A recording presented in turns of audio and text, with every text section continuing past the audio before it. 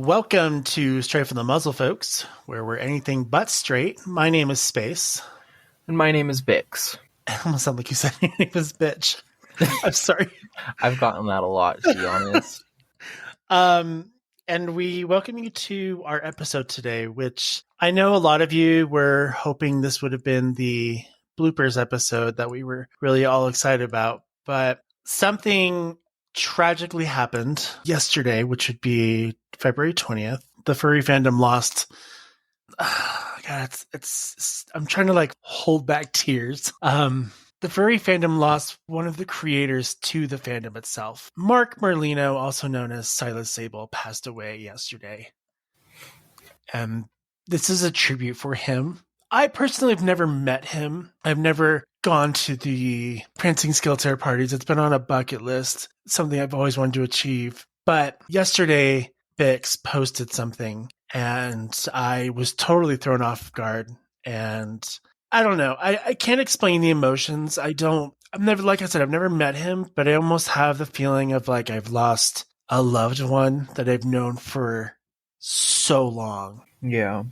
I feel like the fandom is grieving as a whole. It is. I mean, there isn't one furry out there who doesn't have something to thank Mark for. Yeah. Everything that we do, in the day that we're in, it's all thanks to this man. If it weren't for him, I probably would have never found the fandom, or I don't even know if there would have been a fandom. I wouldn't have started a live stream that turned into a podcast. I probably would have never met my husband, never met my friends, never met you, Byx, no one. But because of this amazing figure, this beautiful world exists for us today. And it's just really sad to see one of them pass. Yeah. And I'm just full of emotions, and I'm just sad, just a little sad. So yeah, we'll try not to make it too sad.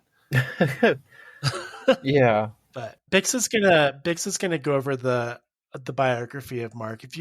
For our younger listeners who probably don't know who he is, that's okay. Don't feel ashamed. If maybe the name slipped your mind, you're maybe up, not necessarily gray muzzle, but you've been in the fandom for a while.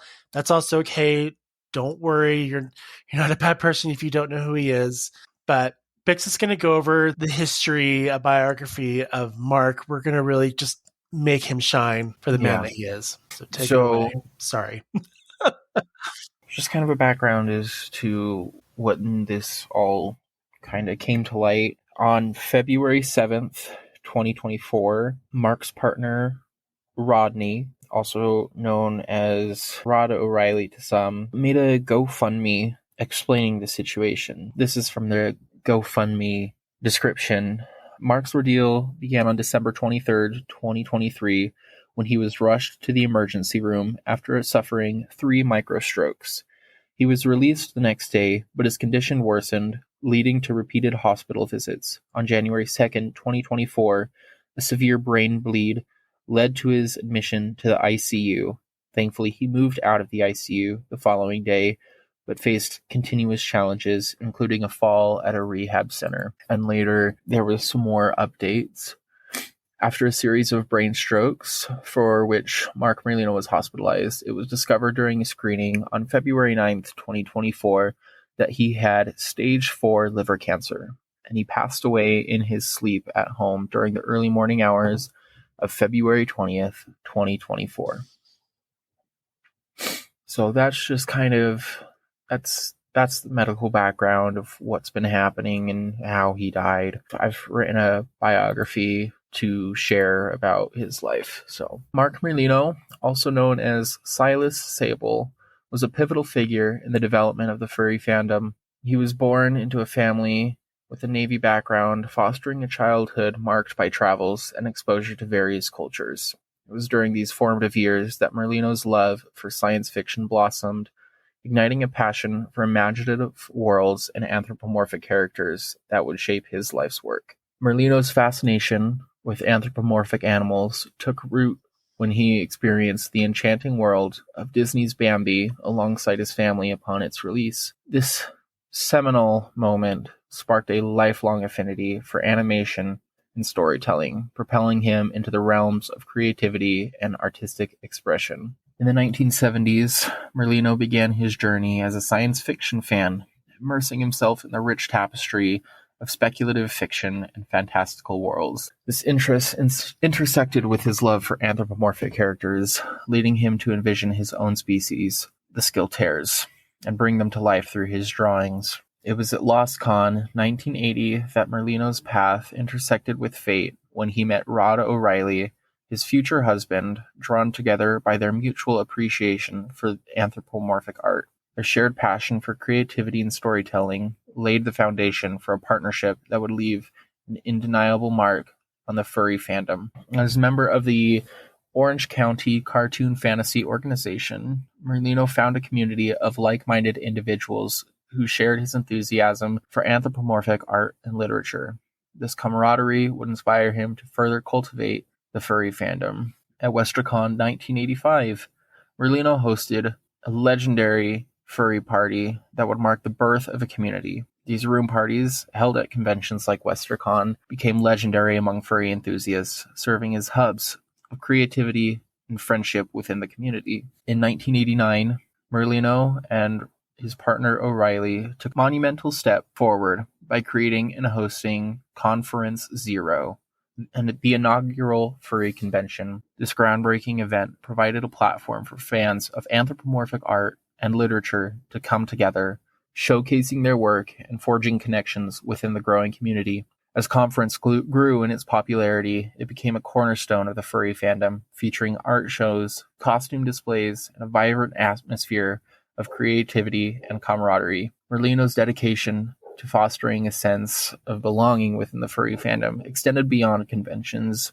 and furry parties. He was an early adopter and an active participant in Furry Muck, an online multiplayer text-based role-playing game where users could create anthropomorphic characters and interact in virtual worlds, and later on, VR chat. His presence on Furry Muck and VR chat contributed to the expansion of the furry community into online spaces, further solidifying its status as a global phenomenon. Throughout the years, Merlino has remained actively involved in the furry fandom, attending conventions regularly and contributing to its vibrant tapestry of art and storytelling. His passion for preserving the history of the fandom led him to help maintain the Grey Muzzle archives, ensuring that its rich legacy would endure for future generations to appreciate and celebrate. Mark Merlino's legacy as a trailblazer in the furry fandom is a testament to the power of creativity, community, and inclusion. Through his visionary leadership and unwavering dedication, he helped shape a vibrant and welcoming community where fans of anthropomorphic art and literature could come together to share their passions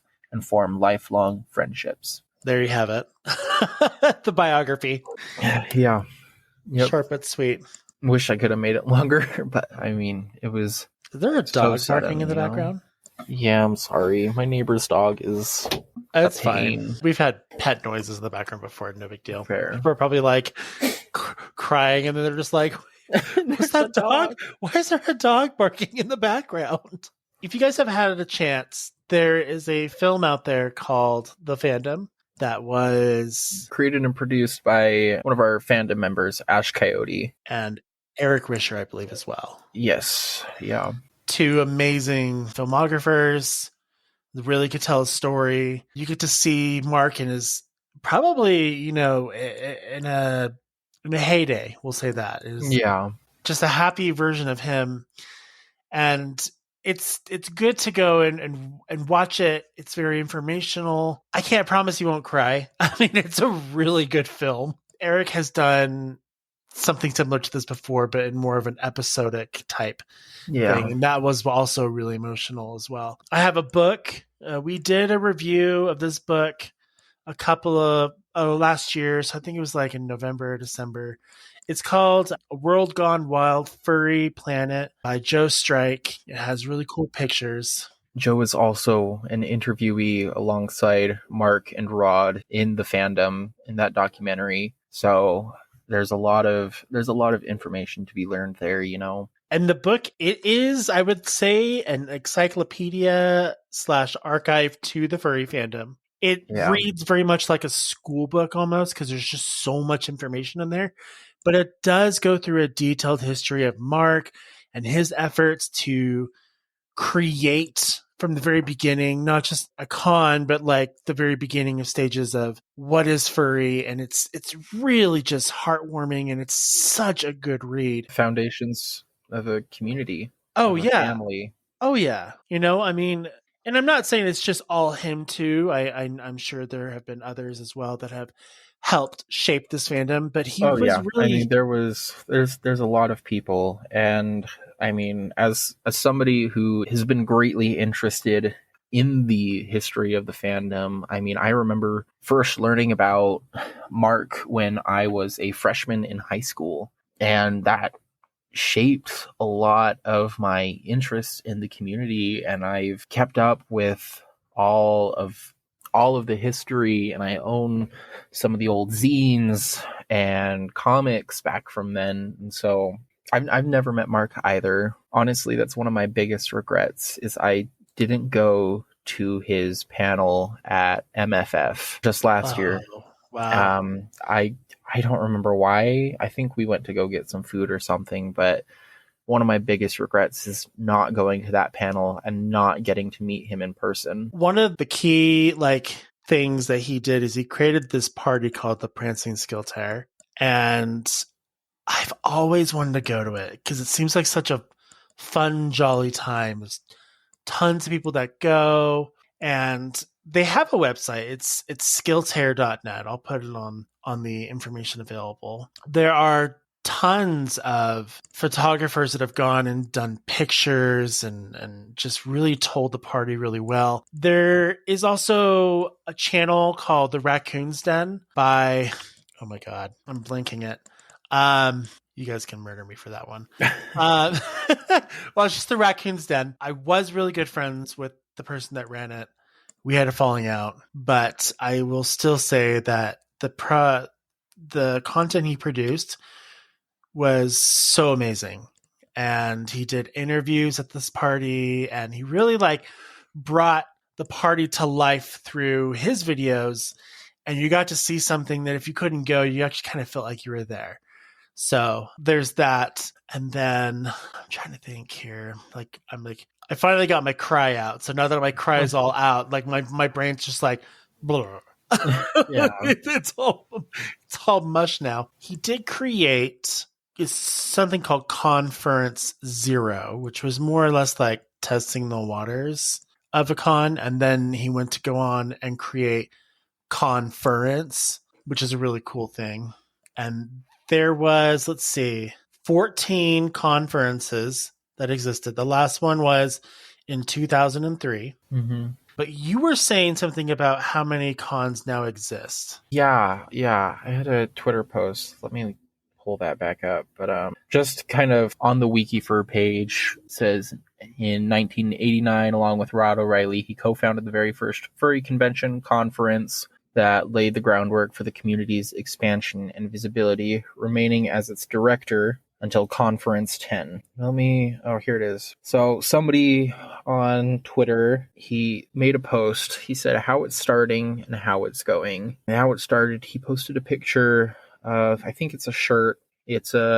Looks like a raccoon character posing in front of the words ConFurence 0 with the dates January 21st through January 22nd. And then he posted a screenshot of a different tweet where somebody said, "This is a map of furry conventions across the world. In 1989, there was just one, ConFurence 0. 35 years later, there are 191 furry conventions worldwide and counting. Mark Merlino is the core reason for countless friendships, marriages, careers, gatherings, newsletters, zines, websites, and so much more." We made a post and a couple of people commented. From Wolf Pup Sora, I've only really talked to him twice, but the first time I met him was at my first Prancing Skiltare party.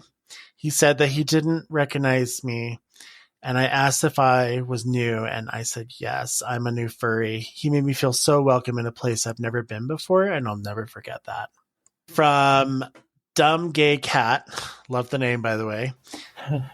Although I never met him, he certainly left an impact on my life. He played a large role in starting the furry community, and it is such a positive impact on my life and has allowed me to make some really good friends. In our chat, Kira Stote says, I think this fandom will continue on until infinity. His impact was to connect us, and we are so much better off for it. It is a beautiful thing that he was the first to gather like-minded animal art nerds. We're so lucky to have had him, and you're right. The best we can do is keep it going, to keep smiling, creating, and sharing. Yeah. There was alongside our chat, and there was a lot of posts in a lot of chats, but one in particular I wanted to highlight was Italian Fur Posting, a meme sharing group, made a post about the passing of Mark. And sorry, I don't know why I didn't have this pulled up, but girl, I said, as some of you may have heard, Mark Merlino passed away this morning.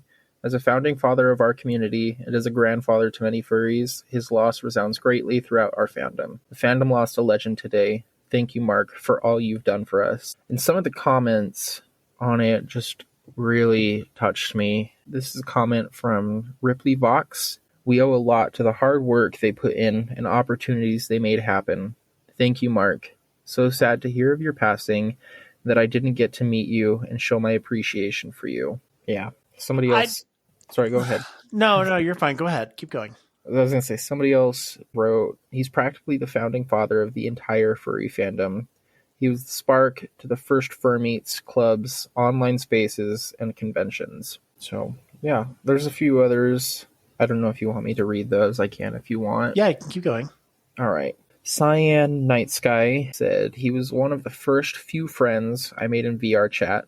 Never even knew how prolific he was in the community till I saw he had a panel at Furality a couple years back. I spent so long thinking I should try and say hello again since it'd been so long, but I guess I waited too long. Let it be a reminder that you should never sit on those little gestures. Life is short, and we never really remember just how short it is until it ends. From the BLFC chat, one person had said Psy was honestly pretty great. I got to meet them a grand total of 2 times, once at the Prancing Skill Tear and one at Further Confusion. The amount of care and love they had for this fandom truly still shows, regardless of their passing. Yeah. One person had mentioned, and it's rough to think about this, but it gives you perspective of to really be kind of grateful of this community in general. One had said, we've reached the point in the fandom's lifespan where our founders are getting up there. Yes, cancer took him, but a chunk of furs are getting up there, and we're going to start losing them. And that's something I don't want to think about. Yeah. I'm sorry. I get it. You know, there's a lot of the originals are getting up there, and they're, I guess in the fandom, the way I see it, I don't really see age. I don't see dysfunction. I mean, there's dysfunction, but I don't see like the common things that we see every day in real life that we have to deal with. When I think of the fandom, I think of this endless, infinity of creation and friendships, but I never think of like it also has an end. Like each person has an end. I guess I just always think that people are going to live on forever. It's childish, I don't know, to think that, but it's just because it's such a magical community that we're in. And the fact that it came from this one individual who just had an idea and it just grew, and it's phenomenal. And some fandoms will never really understand that. I'm just going to say it. They probably won't. I was going to say, I think it was Mark or Rod who said it in the fandom documentary. They said when they started the furry fandom, other fandoms would look at them and say, what are you about? Because at that time, fandoms were usually based around, something specific. You had the Star Trek fandom. Yeah, something concrete. You had the Star Trek fandom. You had the, Marvel and DC fandoms. The furry fandom was really honestly, I can't think of another fandom who is like this. Other fandoms create, but I can't think of another fandom that is based around an identity, not just an identity, but a concept. We're not focused on one specific work. It's not the Lion King fandom. It's not, the Zootopia fandom. It's the furry fandom. Yeah. And the furry fandom just revolves around the concept of anthropomorphic animals doing things that animals don't do. And I can't think of another fandom out there that's based around a concept, a community, a culture like that. I mean, think about it. Just think about it. Like, in general, your fursona came out of your beautiful brain. Mm-hmm. That thing you created that represents you, whether it is you through and through, or it's a projection of what you want to be, that's something you created. And that's something that other fandoms just don't have. You're fans of. Like, we're fans of our own stuff, but we're also fans of others' creations. And then once you have this idea, right, then you go to an artist and the artist makes it real, creating a reference and then maybe some art. And then you take this reference sheet and you go around to hundreds of, if not thousands of different artists out there who can create just unlimited potential to what your fursona could be. And then on top of that, then you have fursuit makers, and these makers, over time, you can kind of see it's really interesting from when fursuits kind of were starting during Mark's time to where they are now, astronomically different. Way more detailed. There's a lot of finesse to it.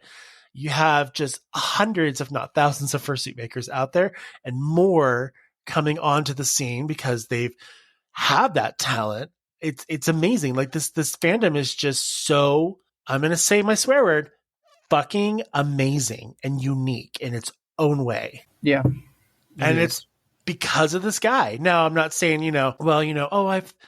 someone else probably could have had this idea, but he was the one that put it in motion. Yeah. I mean, there was a lot of people who kind of put the fandom in motion. You had a lot of artists, but I feel like he really got the ball rolling. I mean, if you draw everything back to when he had his prancing skill tear, or when he had his skill tear drawings up at an art show at, I think it was LostCon in 1980, where he and his partner Rod first met. I mean, if he hadn't have posted those drawings, they wouldn't have met, and who knows what would have happened from there. Like, would they have made the connection? Oh, there's more people like us.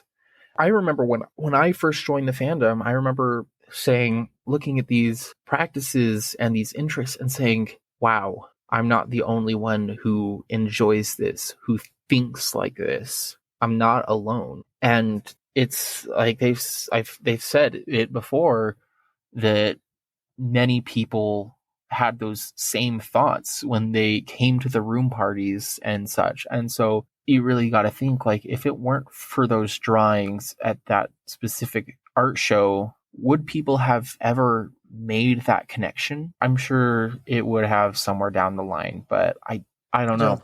I don't know if it would be the same.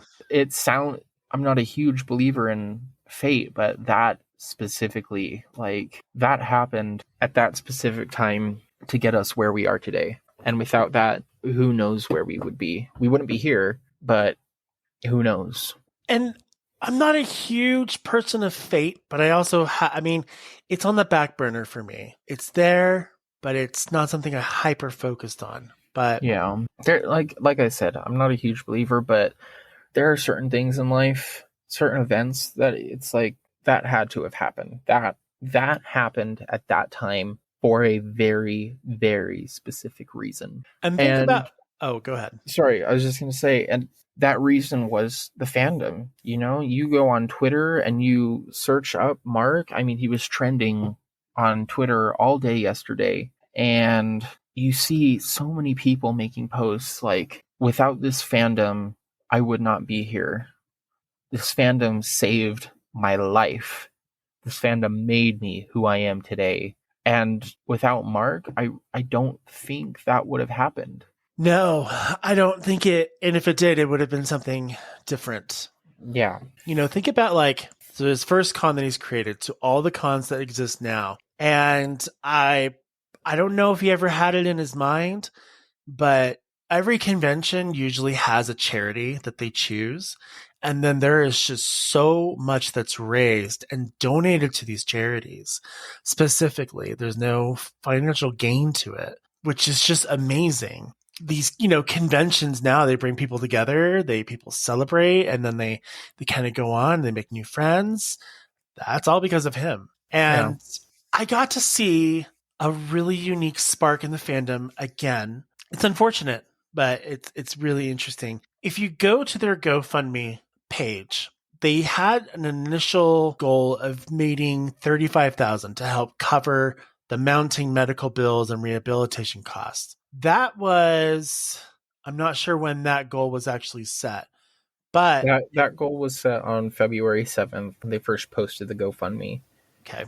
Since then, it was raised to $52,000, which is a lot of money. And the goal has been exceeded to $58,894.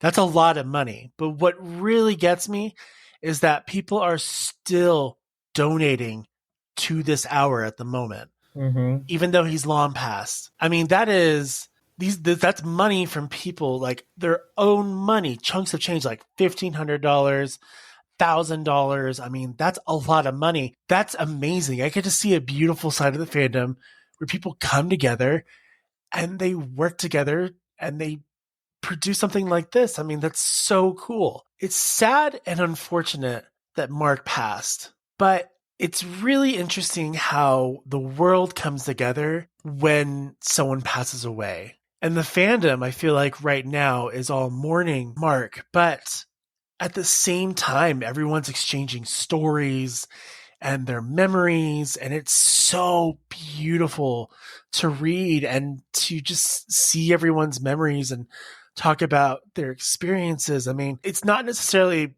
not trying to make it like light about it, but it's such a beautiful thing to see the fandom come together as a whole for the time period that we have. And Yeah. I'm so grateful to be in it. It's honestly, it's amazing to me because you get on Twitter and usually it's drama. I feel like the furry fandom is so full of drama these days, but the loss of Mark has brought us together. I mean, there wasn't a single post on my timeline yesterday or today that was like dramatic. It's just kind of brought the fandom together again. And that's something that, yes, happens at cons and whatnot, but on this scale, I haven't seen something on this scale in a long time. Forgive me for this comparison, but it kind of feels like when the furry fandom came together after the MFF incident. Oh, Chlorine Con. And then you also talked about how people they're mourning, but they're sharing stories and they're celebrating his life. And that reminded me of another post I saw on Twitter. Eat Your Sheep posted today. He said, "To help me cope with the news of Mark Merlino's passing, I decided to visit the virtual furry museum for the first time. I was not the only one who had that idea. It ended up being a wonderful, non-official celebration of life, with even Mark's partner Rod showing up. And in these pictures, there's dozens and dozens and dozens of furries gathered in this virtual space to mourn and remember and share their memories of Mark. And that wasn't planned. It just happened. That's beautiful. It's so beautiful to me. I think to really continue on the legacy of Mark, to really bring purpose, is that as we go forward and we move on, because we have to, as humans, we have to move on. As we move forward in the fandom, as we move on and things go back to normal, never forget the roots in the history of this fandom, but also never stop being who you are as a person. Yeah, we're weird. We're crazy. There's drama in the fandom, but without drama, then what would it would just be bland. We kind of need these yin and yangs of the fandom to kind of coexist together. As you go forward, you create new personas, you create a fursuit, you make more friends. That's the legacy that we should be carrying for Mark is to continue going on with this fandom, making it the best that it can be, and just continuously creating. I don't see the fandom going anywhere anytime soon, not in my lifetime at least. And I hope that it continues going on for, might be audacious, but hundreds of years. Who knows? We'll see where the world is. Well, I mean, like I was saying earlier, the furry fandom isn't just community. It's an ideal. It's a concept. So as long as there are animals and as long as people keep imagining, the furry fandom will always be alive. Yeah. And that's the beauty of a fandom based around a concept and an ideal, and rather than something concrete, is as long as somebody has these passions and these dreams, the furry fandom will never die. It'll always be here in some way, shape, or form. Yeah, I think it will be. There's one more thing. There's another thing I wanted to share. Somebody on Twitter, Pepper Fox, made a post, and they kind of wrote a thank you to Mark and posted it. And honestly, it puts my thoughts and feelings into words that I myself can't express because I'm not good at writing. But here's what they wrote. Thank you for everything. For the fandom that shaped me for the past 20 years, that gave me a place as a child in a bad situation, as I explored questions of gender and sexuality, as an adult, became my safe refuge in a violent and unstable life, eventually introducing me to the people who would change the course of my life so drastically that it is unrecognizable today. I've traveled thousands of miles to do everything from share drinks and dinner with friends to pursuing love and a new life. I found myself.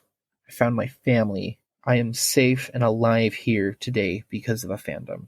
It is impossible to articulate exactly how important this fandom has been throughout the course of my life. 20 years cannot be summarized so neatly for easy consumption, but to walk into a room and see so many others like myself, to love and celebrate, and to live among those who share this community is to come home. Thank you for bringing us together and giving us a home. Rest well. With that being said, I don't think I can say anything on top of that. I have a quote from Mark. I gotta find it. Sorry. I gotta find it because it was posted in a letter from Ferality. They posted a kind of letter talking about Mark. They said, "We will forever be grateful for Sai's contributions, as well as the enduring legacy that he leaves behind. We wish to express our condolences to all those who knew him, especially his family and loved ones. In Sai's words," and this is a direct quote, "Everybody, this is about fun. Have fun. Be nice to each other. Be civil. Treat each other well. We're a family. And we're not the kind of family that gets together on Thanksgiving and hates each other. We're a happy family. We can choose who's in our family. And we're doing a great job at that. And I think that's important." And that was a quote from him at his History of the Furry Fandom panel at Ferality 2000. I just want to kind of add my own tidbit after reading some of these contributions. I would not be where I am today, and I'm in the boat with many other furries. I may not even be alive if not for the furry fandom.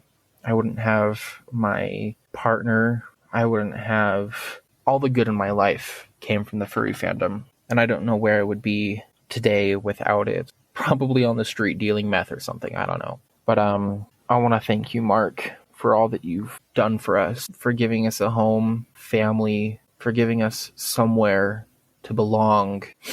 Thank you. As I draw this to a close, I think of all the stories and comments that have been shared, and probably more to come. Like many, the furry fandom saved my life, quite literally. I was in a dark place, but it found me, and it gave me purpose, and it gave me something to do. I created something back in 2012 called Fur Media. It was intended to help like-minded furs connect with each other. And then that blossomed into something amazing, something we have now, this amazing podcast where we've been able to cover countless topics. I've met some really cool people in this fandom, got to listen to their stories, but also help tell them as well. I've read hundreds of emails from fans that tell us their life stories, sometimes not so fortunate,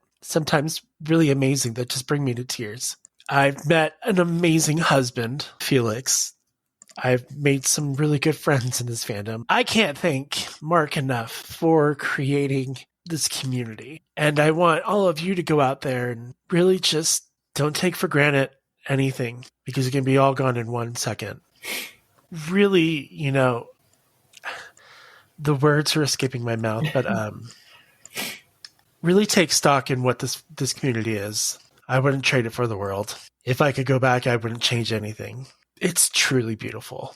And it's thanks to Mark and people like him that it's where we are today. So we thank you guys for listening to this episode. I promise the next one coming out will be more lighthearted and funny and something to enjoy. If you would like to email us, maybe your stories, you can at talktothemuzzle@gmail.com. You can reach us on Twitter, which is @FromTheMuzzle.